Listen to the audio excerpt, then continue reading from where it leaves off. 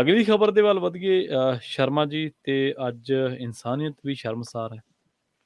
ਮਨੁੱਖਤਾ ਇਨਸਾਨੀਅਤ ਸ਼ਰਮਸਾਰ ਹੈ। ਅੱਜ ਹਰ ਉਹ ਗੈਰਤਮੰਦ ਬੰਦਾ ਸ਼ਰਮਸਾਰ ਹੈ ਜਿਹਦੇ ਚਾਣਕ ਹੈ, ਜਿਹੜਾ ਔਰਤਾਂ ਦਾ ਸਨਮਾਨ ਕਰਦਾ ਹੈ, ਔਰਤ ਜਾਤੀ ਦਾ ਸਨਮਾਨ ਕਰਦਾ ਹੈ, ਔਰ ਜਿਹੜਾ ਇਹ ਗੱਲ ਨੂੰ ਰੱਖਦਾ ਹੈ ਕਿ ਇਹਨਾਂ ਚੀਜ਼ਾਂ ਦੇ ਭਾਵੇਂ ਜੰਗਾਂ ਯੁੱਧਾਂ ਚੱਲਦੀਆਂ, ਭਾਵੇਂ ਹਿੰਸਾ ਹੋ ਰਹੀ ਹੈ, ਪਰ ਇੱਕ ਉਹਦਾ ਆਪਦਾ ਇੱਕ ਅਖਲਾਕੀ ਗਰਾਊਂਡ ਹੈ ਜਿਹਦੇ ਤੇ ਖੜਦਾ ਉਹ। ਮਣੀਪੁਰ ਦੇ ਬਾਰੇ ਜਦੋਂ ਬੋਲਦੇ ਹਾਂ, ਗੱਲਬਾਤ ਕਰਦੇ ਹਾਂ, ਤੇ ਆਪਣੇ ਆਪ ਨੂੰ ਆਪਣੇ ਆਪ ਤੋਂ ਸ਼ਰਮ ਆਈ ਜਾਂਦੀ ਹੈ। ਸੋ ਪ੍ਰਧਾਨ ਮੰਤਰੀ ਸਾਹਿਬ ਬੋਲੇ ਨੇ, ਪਰ 78 ਦਿਨਾਂ ਬਾਅਦ ਪ੍ਰਧਾਨ ਮੰਤਰੀ ਸਾਹਿਬ ਇੰਨਾ ਕੁ ਨਹੀਂ ਬੋਲ ਸਕੇ ਕਿ 78 ਸਕਿੰਟ ਹੀ ਇਸ ਘਟਨਾ ਦੇ ਉੱਤੇ ਗੱਲ ਕਰ ਸਕਣ।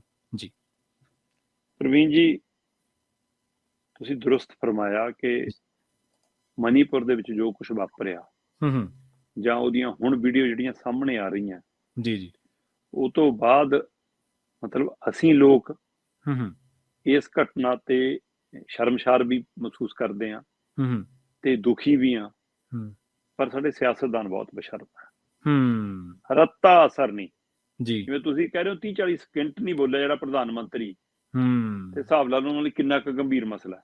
ਜੀ ਜੀ ਜੀ, ਇਹਦੀ ਥਾਂ ਤੇ ਦੂਜੀ ਪਾਰਟੀ ਨੂੰ ਭੰਡਣਾ ਹੁੰਦਾ, ਕਿਸੇ ਦੀ ਸਰਕਾਰ ਖਰੀਦਣੀ ਹੁੰਦੀ, 24 ਦੀ ਸਟ੍ਰੈਟਜੀ ਬਣਾਉਣ ਲਈ ਐਨਡੀਏ ਦੀ ਬੈਠਕ ਬੁਲਾਈ ਹੁੰਦੀ, ਤਾਂ ਜਨਾਬ 60-60 ਮਿੰਟ ਭਾਸ਼ਣ ਦਿੰਦੇ ਨੇ, ਲੰਬਾ ਤੁਰਲਾ ਛੱਡ ਕੇ। ਜੀ ਜੀ ਜੀ, ਲਾਲ ਕਿਲੇ ਤੋਂ ਖੜ ਕੇ ਭਾਸ਼ਣ ਦਿੱਤੇ ਵੀ ਸੁਣ ਲਿਓ ਕਿ ਸਭ ਤੋਂ ਲੰਬੇ ਭਾਸ਼ਣ ਨੇ। ਤੇ ਇਸ ਮਸਲੇ ਤੇ ਮੈਂ ਨਹੀਂ ਕਹਿੰਦਾ 24 ਸਕਿੰਟ ਵੀ ਨਾ ਬੋਲਦੇ ਜੀ, ਐਕਸ਼ਨ ਦਿਖਦਾ, ਕਾਰਵਾਈ ਦਿਖਦੀ ਤਾਂ ਮੰਨਦੇ।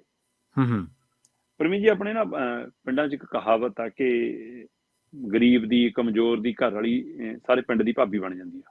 ਹਾਂਜੀ, ਕਹਿੰਦੇ ਸਿਆਣਿਆਂ ਤੋਂ। ਸੋ ਮਤਲਬ ਇਹ ਉਹੇ ਜਿਹਾ ਵਰਤਾਰਾ ਹੈ ਜੀ ਕਿ ਮਣੀਪੁਰ 'ਚ ਜੋ ਕੁਝ ਵਾਪਰਿਆ, ਜੇ ਸਰਕਾਰ ਨੇ ਸਮਾਂ ਰਹਿੰਦਿਆਂ ਇਹਨੂੰ ਰੋਕਣ ਦੀ ਕੋਸ਼ਿਸ਼ ਕੀਤੀ ਹੁੰਦੀ, ਆਪਣੀ ਸੋੜੀ ਰਾਜਨੀਤੀ ਦੇ ਵਿੱਚ ਇਹਦੇ ਵਿੱਚੋਂ ਵੋਟਾਂ ਨਾ ਭਾਲੀਆਂ ਹੁੰਦੀਆਂ, ਕਿਉਂਕਿ ਇੱਕ ਭਾਈਚਾਰਾ ਉੱਥੇ 52% ਆ ਤੇ ਦੂਜੇ ਭਾਈਚਾਰੇ ਮਿਲਾ ਕੇ 42% ਨੇ, ਔਰ ਇਹ ਪਹਾੜੀ ਖੇਤਰ 'ਚ ਰਹਿਣ ਵਾਲਾ ਭਾਈਚਾਰਾ ਜਿਹਦੇ ਨਾਲ ਇਹ ਕੁਝ ਵਾਪਰਿਆ। ਸੋ ਇਹ ਮਾਮਲਾ ਉੱਥੇ ਉਹਨਾਂ ਨੂੰ SC BC ਉਹਨਾਂ ਦੀਆਂ ਸਹੂਲਤਾਂ ਦੇਣ ਤੋਂ ਮਾਮਲਾ ਸ਼ੁਰੂ ਹੁੰਦਾ ਨਾ। ਉਸ ਮਾਮਲੇ 'ਚ ਸ਼ੁਰੂ ਹੋਈ ਲੜਾਈ ਇਸ ਹੱਦ ਤੱਕ ਆ ਗਈ ਕਿ ਅਸੀਂ ਕੱਪੜੇ ਲਾਉਣ ਤੱਕ ਆ ਗਏ। ਬਿਲਕੁਲ ਜੀ। ਪਰ ਪ੍ਰਵੀਨ ਜੀ, ਕਿਹਦੇ ਕੱਪੜੇ ਲਾਏ ਆ? ਜਿਨ੍ਹਾਂ ਨੇ ਕੱਪੜੇ ਲਾਏ ਉਹਨਾਂ ਨੇ ਆਪਣੀ ਮਾਂ ਦਾ ਦੁੱਧ ਨਹੀਂ ਚੁੰਗਿਆ? ਜੀ ਜੀ, ਕਿ ਉਹ ਕਿਸੇ ਕੁੱਖ ਚੋਂ ਨਹੀਂ ਜਨਮੇ? ਬਿਲਕੁਲ ਸਹੀ ਹੈ। ਸੋ ਮਤਲਬ ਮੇਰਾ ਇਸ ਖਬਰ ਤੇ ਮਨ ਵੀ ਨਹੀਂ ਕਰਦਾ ਗੱਲ ਕਰਨ ਨੂੰ ਕਿ ਕਿਹੜੇ ਮੂੰਹ ਨਾਲ ਗੱਲ ਕਰੀਏ। ਬਿਲਕੁਲ ਸਹੀ ਹੈ, ਬਿਲਕੁਲ। ਸੋ ਪਰ ਮੈਨੂੰ ਲੱਗਦਾ ਲੋਕ ਸ਼ਰਮਸਾਰ ਨੇ, ਜਿਹੜੇ ਉਸ ਭੀੜ ਦਾ ਹਿੱਸਾ ਨਹੀਂ ਸੀ ਉਹ ਵੱਧ ਦੁਖੀ ਨੇ ਜੀ, ਤੇ ਜਿਹੜੇ ਉਸ ਭੀੜ ਦਾ ਹਿੱਸਾ ਬਣ ਕੇ, ਕਿਉਂਕਿ ਭੀੜ ਕਦੇ ਸਮਝਦਾਰ ਨਹੀਂ ਹੁੰਦੀ ਤੇ ਸਮਝਦਾਰਾਂ ਦੀ ਕਦੇ ਭੀੜ ਨਹੀਂ ਹੁੰਦੀ। ਬਿਲਕੁਲ ਸਹੀ ਹੈ। ਤੇ ਉਸ ਭੀੜ 'ਚ ਜਿਹੜੇ ਸ਼ਾਮਲ ਨੇ, ਅਜੇ ਵੀ ਉਹਨਾਂ ਨੂੰ ਜਾਂ ਉਹਨਾਂ ਦੇ ਪਰਿਵਾਰਾਂ ਨੂੰ ਦੁੱਖ ਨਹੀਂ ਹੋਣਾ ਇਸ ਘਟਨਾ ਦਾ, ਉਲਟਾ ਆਪਣੇ ਇਹੋ ਜਿਹੇ ਨਲਾਇਕ ਔਲਾਦ ਨੂੰ ਬਚਾਉਣ ਦਾ ਫਿਕਰ ਹੋਣਾ। ਬਿਲਕੁਲ ਸਹੀ ਹੈ, ਬਿਲਕੁਲ ਸਹੀ ਕਿਹਾ ਤੁਸੀਂ। ਸਵਾਹ ਦਾ ਮੈਂ ਮਨ ਜਮਾ ਕੇ ਇਹਨਾਂ ਦੀ ਕੋਈ ਮਾਂ ਬਾਹਰ ਆਵੇ ਗੁਲਾਮੇ ਤੋਂ ਫੜ ਕੇ ਕਿ ਤੂੰ ਉਹਨਾਂ ਦੇ ਕੱਪੜੇ ਕਿਉਂ ਲਾਏ ਆ, ਮੇਰੇ ਲਾਏ ਆ, ਕਿ ਚੱਲ ਮੈਂ ਤੈਨੂੰ ਫਾਹੇ ਟੰਗਦੀ ਆ। ਜੀ ਜੀ ਜੀ, ਸਵਾਦ ਹੈ ਕੋਈ ਪਿਓ, ਕੋਈ ਭੈਣ, ਕੋਈ ਭਰਾ ਸਾਹਮਣੇ ਆਵੇ ਕਿ ਉਹ ਕਹੇ ਕਿ ਸਾਡਾ ਜਵਾਕ ਆ, ਚੱਕੋ ਇਹਨੂੰ ਉਸੇ ਬਾਜ਼ਾਰ 'ਚ ਲੈ ਜਾਓ ਤੇ ਕਰੋ ਨੰਗਾ ਤੇ ਟੰਗੋ।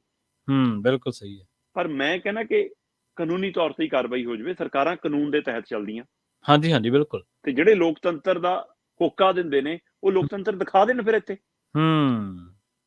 ਦਿਖਾਉਣ ਨਾ, ਦੇਸ਼ ਦੇ ਵਿੱਚ ਇੱਕ ਉਦਾਹਰਨ ਪੇਸ਼ ਕਰਨ ਕਿ ਭਾਜਪਾ ਦੀ ਕੇਂਦਰ 'ਚ ਸਰਕਾਰ, ਭਾਜਪਾ ਦੀ ਮਣੀਪੁਰ 'ਚ ਸਰਕਾਰ, ਤੇ ਉਹਨਾਂ ਦੇ ਰਾਜ 'ਚ ਧੀਆਂ ਨੰਗੀਆਂ ਤੇ ਗੱਲਾਂ ਰਾਮ ਰਾਜ ਦੀਆਂ। ਬਿਲਕੁਲ ਸਹੀ। ਤੇ ਫਿਰ ਇਨਸਾਫ ਦਿਖਾਉਣ ਨਾ, ਰਾਮ ਰਾਜ ਦਿਖਾਉਣ। ਮੈਂ ਕਹਿੰਦਾ ਰਾਮ ਨਹੀਂ, ਭਾਰਤ ਵਾਲਾ ਰਾਜ ਦਿਖਾ ਦੇਣਾ। ਰਾਮ ਤਾਂ ਬਹੁਤ ਦੂਰ ਦੀ ਗੱਲ ਹੈ ਜੀ। ਮੈਨੂੰ ਆਪਣੀਆਂ 2 ਲਾਈਨਾਂ ਯਾਦ ਆਉਂਦੀਆਂ ਪ੍ਰਵੀਨ ਜੀ, ਔਰ ਮੈਨੂੰ ਲੱਗਦਾ ਇਹ ਮਣੀਪੁਰ ਵਾਲੀ ਘਟਨਾ ਦੇ ਹਵਾਲੇ ਨਾਲ ਸਾਰੇ ਲੀਡਰ ਕੰਨ ਖੋਲ ਕੇ ਸੁਣ ਲੈਣ ਜਿਹੜੇ ਰਾਮ ਦੇ ਨਾਂ ਤੇ ਸਿਆਸਤ ਕਰਦੇ ਨੇ ਜੀ। ਮੈਂ ਕਦੀ ਲਿਖਿਆ ਸੀ ਕਿ ਰਾਮ ਅਜੇ ਬਨਵਾਸ ਤੋਂ ਪਰਤਿਆ ਹੀ ਨਹੀਂ। ਠੀਕ ਹੈ ਜੀ। ਰਾਮ ਅਜੇ ਬਨਵਾਸ ਤੋਂ ਪਰਤਿਆ ਹੀ ਨਹੀਂ, ਭਰਤ ਵੱਲੋਂ ਲਿਆਂਦੀਆਂ ਖੜਾਵਾਂ ਵੀ ਚੋਰੀ ਹੋ ਗਈਆਂ। ਤੇ ਇਸ ਲਈ ਇਹਨਾਂ ਦੇ ਤਾਂ ਮੂੰਹ ਤੇ ਰਾਮ ਨਾਮ ਲੈਣਾ ਵੀ ਇਹਨਾਂ ਲਈ ਪਾਪ ਹੈ, ਮੈਨੂੰ ਤਾਂ ਲੱਗਦਾ। ਇਹ ਰਾਮ ਦਾ ਨਾਮ ਜਪਣ ਦੇ ਵੀ ਹੱਕਦਾਰ ਨਹੀਂ ਗੇ। ਕਿਸ ਨਾਂ ਨਾਲ ਉਹਦੇ ਉੱਤੇ ਸਿਆਸਤ ਤੱਕ ਜਾਂਦੇ ਨੇ, ਕਿਹੜੇ ਰਾਮ ਰਾਜ ਨੇ। ਸੋ ਬਹੁਤ ਮਨ ਦੁਖੀ ਹੈ। ਮੈਨੂੰ ਲੱਗਦਾ ਇਸ ਖਬਰ ਤੇ ਲੋਕਾਂ ਕੋਲ ਸਾਰੀ ਖਬਰ ਪਹੁੰਚੀ ਹੋਈ ਆ। ਲੋਕ ਜਾਣਦੇ ਨੇ ਕਿ ਪ੍ਰਧਾਨ ਮੰਤਰੀ ਵੀ ਨਟੰਕੀ ਤੇ ਆ, ਉੱਥੇ ਦਾ ਮੁੱਖ ਮੰਤਰੀ ਵੀ ਨਟੰਕੀ ਤੇ ਆ, ਉੱਥੋਂ ਦੇ ਇਹਨਾਂ ਦੇ ਪਾਰਟੀ ਦੇ ਲੀਡਰ ਵੀ ਨਟੰਕੀ ਤੇ ਨੇ, ਤੇ ਨਟੰਕੀਆਂ ਦੂਜੀਆਂ ਪਾਰਟੀਆਂ ਦੇ ਲੀਡਰ ਵੀ ਕਰਨਗੇ, ਹੈਨਾ। ਪਰ ਇਨਸਾਫ ਲੋਕਾਂ ਨੂੰ ਨਹੀਂ ਮਿਲਣਾ। ਜੇ ਮਿਲਿਆ ਹੁੰਦਾ ਤਾਂ ਇਹ ਵੀਡੀਓ ਆਉਣ ਤੋਂ ਪਹਿਲਾਂ ਮਿਲ ਜਾਂਦਾ। ਕੀ ਉੱਥੇ ਦੀਆਂ ਸਰਕਾਰਾਂ ਨੂੰ, ਕੀ ਉੱਥੇ ਦੇ ਪ੍ਰਸ਼ਾਸਨ ਨੂੰ, ਕੀ ਉੱਥੇ ਦੇ ਇਲਾਕੇ ਨੂੰ ਪਤਾ ਨਹੀਂ ਸੀ ਕਿਆ ਕੁਝ ਵਾਪਰਿਆ? ਵੀਡੀਓ ਤਾਂ ਬਾਅਦ ਦੀ ਗੱਲ ਆ। ਘੱਟੋ ਘੱਟ ਉਸ ਪਿੰਡ ਦੇ ਲੋਕਾਂ ਨੂੰ, ਉਸ ਇਲਾਕੇ ਦੇ ਲੋਕਾਂ ਨੂੰ, ਉਸ ਪ੍ਰਸ਼ਾਸਨ ਨੂੰ, ਪੁਲਿਸ ਨੂੰ ਸਾਰਾ ਕੁਝ ਪਤਾ ਸੀ ਪਹਿਲਾਂ ਦਾ। FIR ਹੋਈ ਆ, ਸਾਰਾ ਕੁਝ ਹੋਇਆ, ਬਿਲਕੁਲ ਹੋਈ। ਪਰ ਉਹ ਕਿਵੇਂ ਹੋਈ FIR, ਇਹ ਵੀ ਆਪਣੇ ਆਪ ਸਵਾਲ ਹੈ। ਸੋ ਇਸ ਲਈ ਇਸ ਵਰਤਾਰੇ ਤੇ ਚਰਚਾ, ਟਿੱਪਣੀ, ਦੁੱਖ ਪ੍ਰਗਟਾਉਣਾ, ਮੋਦੀ ਜੀ ਮੁਝੇ ਦੁਖੀ ਹੂੰ, ਭਾਰਤ ਸਾਰਾ ਦੁਖੀ ਹੈ ਨਾ, ਅੱਜ ਮੈਂ ਕ੍ਰੋਧਤ ਹਾਂ। ਕਿ ਜਨਾਬ ਕ੍ਰੋਧ ਕੰਮ ਕਰਕੇ ਦਿਖਾਓ। ਪ੍ਰਧਾਨ ਮੰਤਰੀ ਹੋ ਤੁਸੀਂ, ਬਿਲਕੁਲ ਬਿਲਕੁਲ, ਤੇ ਦੇਸ਼ ਦੀ ਰਾਸ਼ਟਰਪਤੀ ਬੀਬੀ ਹੈ, ਤੇ ਬੋਲੇ ਬੀਬੀ ਨੇ ਹਾਲ ਤੱਕ ਕੋਈ। ਹਾਂਜੀ ਹਾਂਜੀ ਬਿਲਕੁਲ। ਤੇ ਇਸ ਲਈ ਇਹ ਆਪਣੇ ਆਪ ਸਵਾਲ ਹੈ। ਮੇਰਾ ਮੰਨਣਾ ਹੈ ਕਿ ਅੱਜ ਦੇਸ਼ ਦੁਖੀ ਹੈ ਜੀ, ਦੇਸ਼ ਸ਼ਰਮਸਾਰ ਹੈ, ਮੁਲਕ ਸ਼ਰਮਸਾਰ ਹੋ ਕੇ ਲਹੂ ਦੇ ਹੰਝੂ ਰੋ ਰਿਹਾ, ਪਰ ਲੀਡਰ ਬਸ਼ਰਮ ਨੇ, ਔਰ ਇਹਨਾਂ ਦੀ ਬਸ਼ਰਮੀ ਦੀ ਕੋਈ ਹੱਦ ਨਹੀਂ ਹੈ। ਜੀ ਜੀ। ਰੈਲੀਆਂ ਦੇ ਵਿੱਚ ਘੰਟਿਆਂ ਬੱਧੀ ਭਾਸ਼ਣ ਦੇਣ ਵਾਲੇ ਪ੍ਰਧਾਨ ਮੰਤਰੀ ਨਰਿੰਦਰ ਮੋਦੀ ਇਸ ਘਟਨਾ ਤੇ 78 ਦਿਨਾਂ ਬਾਅਦ ਬੋਲੇ ਨੇ ਮਣੀਪੁਰ ਵਿੱਚ। 78 ਸਕਿੰਟਾਂ, ਹਾਂਜੀ 78 ਸਕਿੰਟ ਵੀ ਨਹੀਂ ਬੋਲੇ, ਬੋਲਣ ਦਾ ਹਿਆ ਨਹੀਂ ਪਿਆ। ਤੇ ਬੋਲੇ ਕਦੋਂ ਨੇ? ਲਖੀਮਪੁਰ ਖੀਰੀ ਤੇ ਕਦੋਂ ਬੋਲੇ ਨੇ? ਬ੍ਰਿਜ ਭੂਸ਼ਣ ਤੇ ਕਦੋਂ ਬੋਲੇ ਨੇ? ਕਿਸਾਨਾਂ ਦੇ ਬਲਾਤਕਾਰੀਆਂ ਨੂੰ ਜਦੋਂ ਜ਼ਮਾਨਤਾਂ ਮਿਲੀਆਂ ਕਦੋਂ ਬੋਲੇ ਨੇ? ਪ੍ਰਵੀਨ ਜੀ, ਜੇ ਕਾਰਪੋਰੇਟ ਘਰਾਣਿਆਂ ਦੀ ਐਨਕ ਲਾ ਕੇ ਦੇਸ਼ ਚਲਾਓਗੇ ਨਾ, ਤਾਂ ਫਿਰ ਕਾਨੂੰਨ ਨਹੀਂ ਪੜ੍ਹ ਸਕਦੇ ਤੁਸੀਂ, ਉਹਨਾਂ ਲਈ ਸਹੂਲਤਾਂ ਹੀ ਪੜ੍ਹ ਸਕਦੇ ਹੋ। ਬਿਲਕੁਲ। ਤਾਂ ਫਿਰ ਇਨਸਾਫ ਨਹੀਂ ਪੜ੍ਹਨਾ ਹੁੰਦਾ ਫਿਰ। ਜੀ ਜੀ।